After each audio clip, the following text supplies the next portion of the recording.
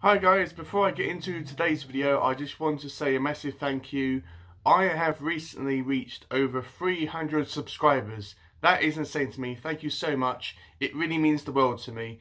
And I am going to be doing a special video to actually celebrate me reaching that goal. And that will be up on my channel sometime in the middle of next week. Hi guys, my name is David. If you are new to my channel, hi, welcome. And if you have been watching my videos for a while now, welcome back.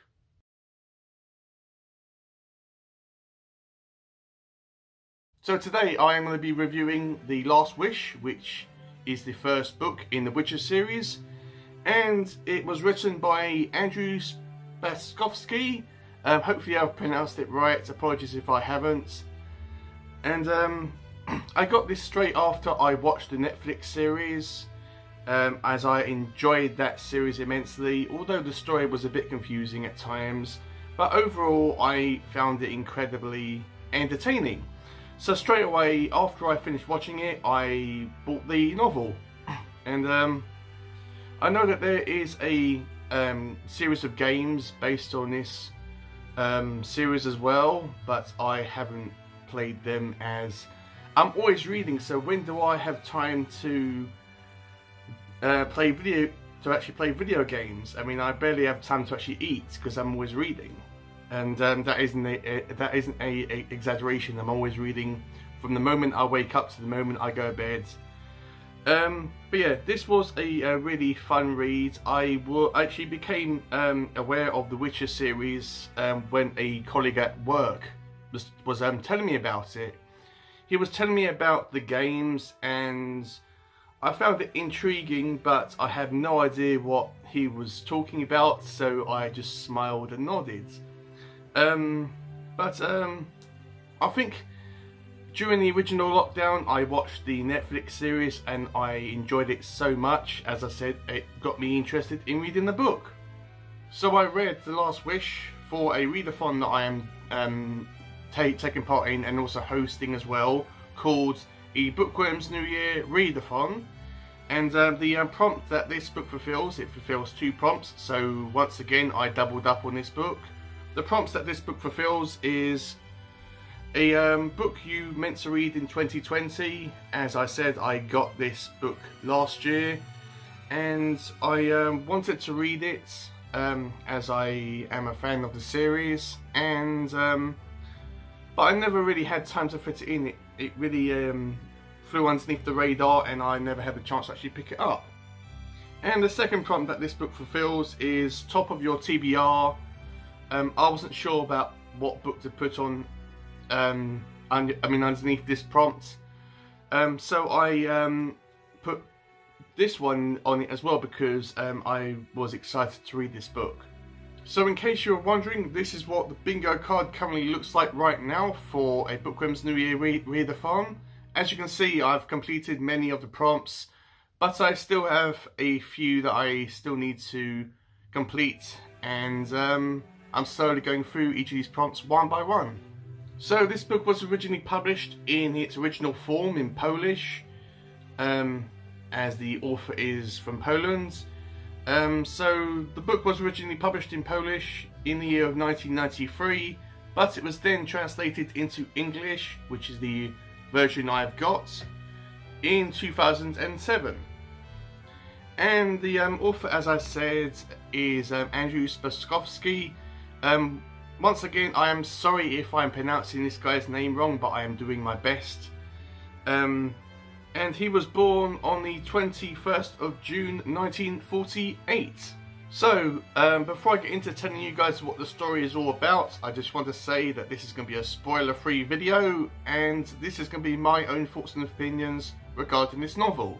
And additionally, I have only watched the series on Netflix once, and I've only read this novel once. So, if you are a massive Witcher fan, and if I pronounce someone's name wrong, or if I misunderstand a certain event or characters in this book, apologies for that.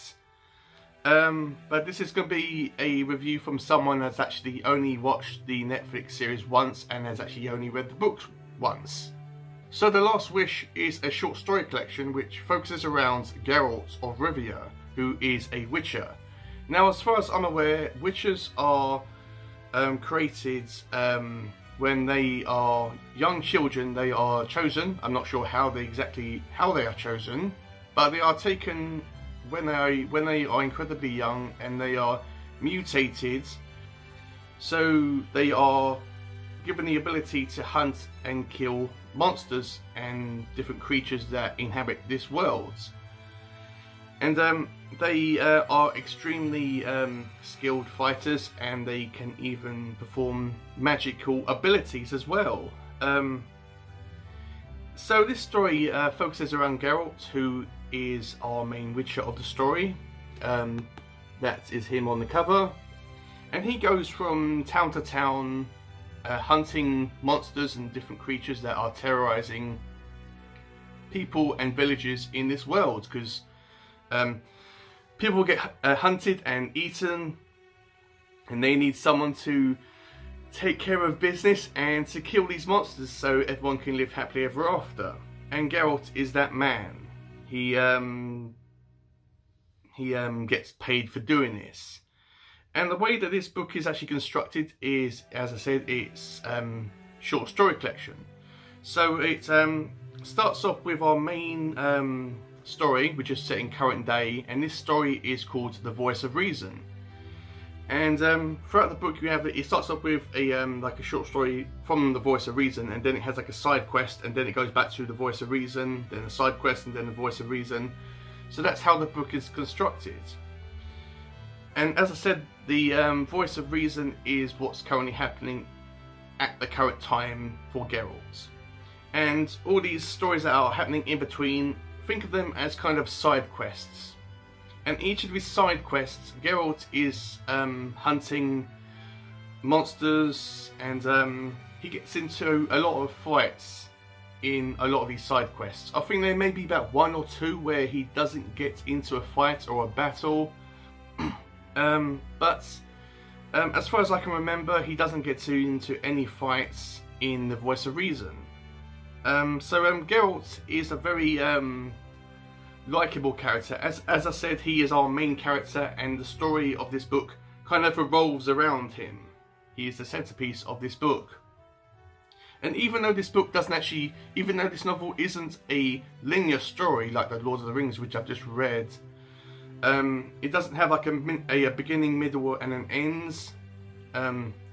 It kind of like picks you up and just throws you into this world with all these characters. And it's if you think about it as this book is introducing you to, or giving you a taste of what Geralt is like, and what this world is like, and what he does for a living, because he is a monster hunter. And what some of these characters in this world are actually like, because even though this this fantasy world is actually inhabited and infested with monsters and demons of all sorts. Think of any monster and demon, you know, like dragons, werewolves, vampires, anything, dwarves, elves. Think of any fictional character or demon or monster, and it's in this book. And he just goes around just hunting them. And I mean, also, all these monsters aren't actually evil. Not all the monsters and demons are the bad guys. Some humans are the bad guys, which I found incredibly refreshing as well. It's like when Geralt goes into all these towns, he is hated and despised a lot by people. He's extremely, people are suspicious of him, and they don't like him. They put up with him because he's there to help their town get rid of this monster that's been probably killing loads of people. So they kind of put up with him because of that. But deep down, they don't like Geralt because he is a Witcher. They don't really. It's not that they don't like Geralt as a person. They don't really like him because he's a Witcher. Geralt has a sword. Well, it's implied in this book that he has two swords. One that's a silver sword and one that's just an ordinary metal sword. And this is because certain monsters can only be killed by silver. He also performs magical abilities, which he which the novel refers to as the Sign. Now, as far as I'm aware, this is really not fully explained about how he can do this. But as far as I'm aware, he can put his hand out, and he can like perform like magical abilities. This can be like shields that he can like put his hand out, and it can like emanate a shield around him, and he can like push people away from him. He also has a strong moral compass. He has a code, a Witcher code, which he follows exactly, and he also has a code for himself personally. He never kills a human. He has battles with humans where he gets into fights with them, but he never actually goes out and kills a human being. That's something that he says that he would never actually do, which is commendable. Some of these monsters that he comes across, as I said, aren't necessarily bad people. Some of them can actually speak and have a consciousness, and they are just like you and me, but they look different. He also, I mean, when he's talking to these monsters, he has a conversation with them, and I believe that one of them actually says, "Oh, I'm a monster," and Geralt says, "You're not a monster." If that makes sense. He also, in some of these stories, he goes into situations where people have been put underneath a curse, and some people would go in there, all guns blazing, chop off their heads, and get the money and walk off and go on to the next quest. But Geralt, he puts his life in danger. He goes into these situations, and he wants to lift these curses and to free these people from what's actually happened to them. And he does this by putting himself in danger's way. Is he a bad person, or is he a good person? I believe that Geralt isn't really a good person, or he's not really a bad person or a good person. He's kind of in the middle. And while I was reading this, I was thinking, is this grimdark fantasy? And I even had the word with one of my friends, Mark from Slowly Read, and I asked him this question, and he says that some people says that it is, and some people say that it's not. I think that this novel is kind of like in the middle. It's as I've never read any grimdark books, but this book can get very dark and gory. Some of these people in this world aren't nice. There is like, for example, there was a woman in this one of these stories that it sounds a lot like Sleeping Beauty, where she was a princess. And she was hunted down by these people, these like this man and a woman, with the instruction of killing her and ripping her heart out, just like Snow White. But the man took pity on her, but straight away he sexually assaulted her and robbed her. So at that moment I was thinking, I actually said, "Oh my God!" It's like these people. Some of these people are really violent and cruel. Not everybody, but some people. There is also a monster living in a mansion that is trying to find love, to lift a curse from him. So this reminded me a lot of Beauty and the Beast. So it kind of gave me some Disney vibes. I don't know whether the author was watching some Disney movies like Beauty and the Beast and Sleeping Beauty and got inspiration. It also has trolls. I mean the troll one underneath a bridge, and when people go across it as well. So this book is really interesting as well. As I said, it's not really like a linear story, so it doesn't have like, so Geralt's not on one singular mission where he goes off into one location to hunt one monster or demon that's threatening a whole town or city. As I said, all these side quests focus on him like battling numerous different creatures, and with each story he's in a different location and time. This story does jump around a lot, and it introduces you to characters that Geralt has actually met in his past, and he's saying, "Oh well, it's actually good to meet you," and they have a chat about old times and past events, and you're like, I've actually never read this before, and I have no idea what this person about who this person is. But when you get to that point, just go along with it and accept it for what it is, and enjoy it. These stories are incredibly fun, and this book was incredibly enjoyable. When Geralt is in, because he does actually meet a king and a queen that are in two separate kingdoms, I believe. They are certainly in two different short stories, and they give me the impression that they want to keep Geralt on their side for when assassins try to kill them, or they actually think it's like a good thing for them to actually have a Witcher on their side so they can give them orders. And Geralt is like saying to them, look, I'm not like that, you can't order me around, I am my own person, and that's not how I roll. He's actually not a violent man. She does get into fights, but he doesn't really go out looking for one. There is a moment in this book where he's in a bar or a tavern, and he's just sitting there minding his own business, drinking and like refueling and getting things together. And then some people in the background are like, go out and actually fight this person, and it will be entertaining because I'm bored, and I want to watch you fight because I'm bored out of my mind. And Geralt's like saying to them, no, I'm not going to do that because because it's not who I am, it's not what I want to be. And it does actually mention a character in this book as well called Dandelion, who is Geralt's best friend. Dandelion is the polar opposite of what Geralt actually is.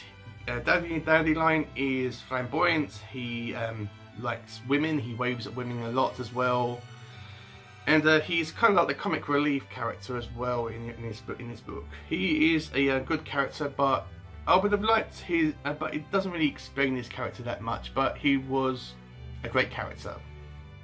Another character in this book that I liked is Yennefer, which is like Jennifer, but instead of a Y it's a U, and she's there on the cover. Yennefer is a sorceress or a witch, and she is Geralt's love interest, and they have a kind of like fight with each other, and then they fall in love with each other. Also, this book does actually contain a load of well, not load, but it does contain a amount of sexual activities, and it can get very sexual and very steamy, and because it does actually describe women's bodies a lot, but not to an excessive amount. So that is pretty much what the story is all about. It's about Geralt going on these quests, and it just gives you a hint about what this character in this world is actually like. So the things I liked about this book is, if I haven't made it clear, Geralt is a badass. He is so good as a character. I was nearly going to pick up Sword of Destiny, which is book 2, which is another short story collection, straight after I finished this one, but I had other stuff I had to do or read, but I'm going to be reading it possibly in May. So but Geralt is the stand-up performance of this book. He is such a great character. He's actually not just like a monster hunter. He is so rich and detailed. It does mention a bit of his past, about when he was a small boy, and when he first became a Witcher, and how he encountered someone being robbed, I think, and what he did in that situation for the first time being a Witcher. Didn't end well, but that was a really great moment. And the characters as well, Dandelion, Yennefer. Monsters in this book are so great. They aren't just like mindless roaring machines that rip and tear people up. They do, but they have a consciousness and a life of their own. And as I said, not everyone that is attractive is good, and not everyone that's ugly is a monster. And that was a really nice touch by this author. And what I disliked about this book is that, as I said, because this is a short story collection and it focuses on different quests throughout Geralt's life. Some may be in the past, some may be in the future, some may be in the present. It jumps around a lot, and as I said, it introduces you to characters that you have never met before, but Geralt has actually met in this fictional world, and they mention certain events that you as the reader haven't actually read before, and you're like, it kind of takes you out of it, but it wasn't like a massive thing for me to actually overcome. So that's really all I've got, really. That it jumps around a lot, and yeah, but this is a really enjoyable book, guys. I would definitely read this one. So, closing thoughts. Is this book going to be for everyone? No, it's not. This book isn't going to be. This book isn't going to make everyone happy. Some people are going to read this and are going to be like, "What hell have I just read?" And some people, like me, are going to love this book. I actually got all of the books from the Witcher series on my Kindle, and I cannot wait to binge all the books. Not sure if I'll be reading all of them this year, but a good chunk of them this year definitely. It's really made me a fan of this series and this book. But if you haven't watched the mini series on Netflix or played the games, I personally would say watch the mini series. It's not going to take you long. Watch the mini series on Netflix, and it will give you a sense whether you would like this character and this world as a whole. If you do like the mini-series, then read the book as well. I mean, straight away. Some of these stories in this book aren't actually in the mini-series, but some of them are. Or you could like do both of them simultaneously. You can watch the mini-series while you're reading the book. But this is a really great book, guys. It really is. It's such a great example about how you can actually have really good characters in fantasy. So I'm going to rate The Last Wish 4 stars out of 5. It was purely because it didn't focus on one objective or one plot point. It focused on numerous plot points or quests. But this book was extremely enjoyable. So I'm going to rate this 4 stars out of 5. So that's it, guys. That is my review on The Last Wish by Andrzej Sapkowski. Hopefully I've explained myself well in this story, and hopefully it has given you an idea whether this would be something that you would like to pick up. If you've enjoyed this video, please give it a like, comment down below, let me know if you've read this, if you've enjoyed it, if you didn't enjoy it, and let me know if this is something that you would like to pick up. If you do comment down below, try to keep it spoiler free. We can talk about this book, but try to keep it spoiler free. And let me know your thoughts on the other books in the series as well. Let me know what ones you liked more than others. If you've enjoyed this video as a whole, please consider subscribing to my channel, as it helps the channel grow. If you do subscribe, please click on the little bell notification just so you know whenever I upload videos, which are every Monday and Friday. And also, I will put a link down in the description to my Goodreads account in case you want to follow me on Goodreads. And with all that said, have a great day, read some awesome books, and I will see you all in my next video.